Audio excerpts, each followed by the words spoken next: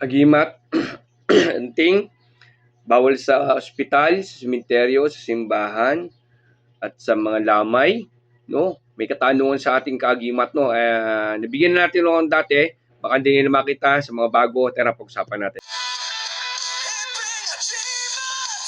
Wala namang agimat, pero nasa puso ang tunay na agimat.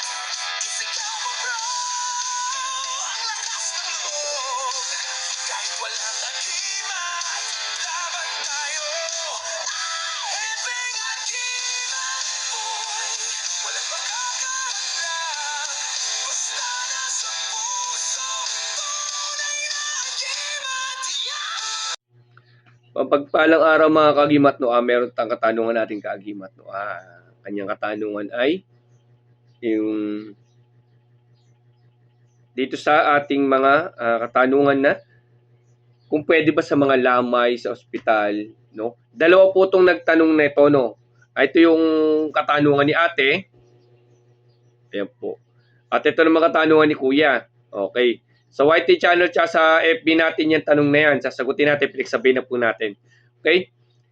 Mga kagimat, to, ito'y nabigay ko na rin pong aral to, no? Ulitin na lang natin para sa ibang mas malino pang katanungan. Pero sinasabi ko po lagi, kung kayo agi sa aral namin, skip lang po kayo para hindi kayo kainin ng negatibong aral, negatibong enerhiya. Ngayon po sa mga nagtatanong lagi ng akin ng aklat, kay Anthony Islati Valderrama po kayo kumuha at yan po kumuha ng aklat. Ayan po. Rektapin po kayo, wag po sa akin. Mga kagimat, to, ito yung nagawa na natin ng video. Tayo mga nagpuntahan tayo sa sementeryo, nakipaglamay tayo, ay hindi po nawawala yung kakayahan talaga pag sa part ng binyagan. Meron tinatawag tayo na hindi binyagan. Yung hindi binyagan po, meron kasi mga aral na hindi binyagan na aral, yun po yung ginagamit nila na bawal po sa mga sementeryo. Pero kasi tayo ibinyagan po 3 persona, kaya yung ating pong aral ay wala pong bawal sa mga sementeryo, lamay, ospital o simbahan.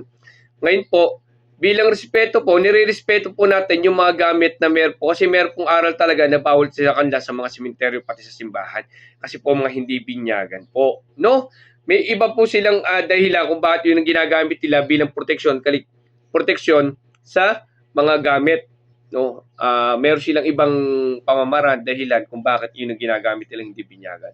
Ngayon po, kung sa akin po kasi, ang ginagamit ko kasi ay binyaga, kahit saan ko po dalhin yan, sa sementeryo, patay, o sa mga CR, wala pong bawal sa akin.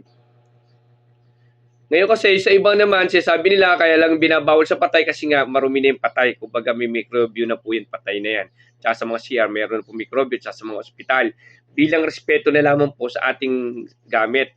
At sa iba po, kaya po hindi dinadala sa ganyan, kinakapitan po ng negatibo kasi nga po, puro malas po, puro patay, o yung mga negatibo, iyakan, pumapasok yung negatibo. Ngayon naman, magkakaroon naman tayo ng alternate.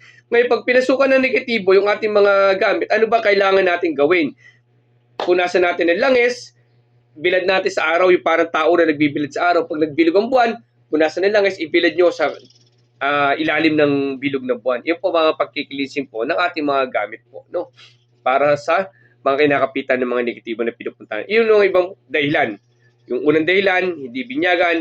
Yung unang dahilan ay para lamang hindi makapitan ng mga negatibo, ang mga naiyak sa sementeryo, naiyak sa patay, para hindi po kapitan ng negatibo yung ating mga gamit.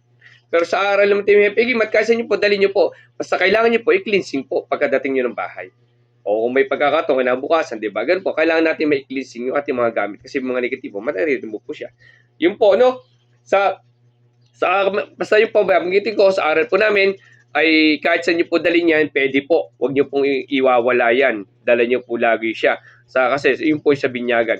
Sa ibang aral naman po, irespeto nyo po. Ngayon po, kung kayo kumukuha ng mga gamit, tanungin nyo po muna yung kukuhanin nyo. Kung ito may bawal sa ganito, may bawal po ba?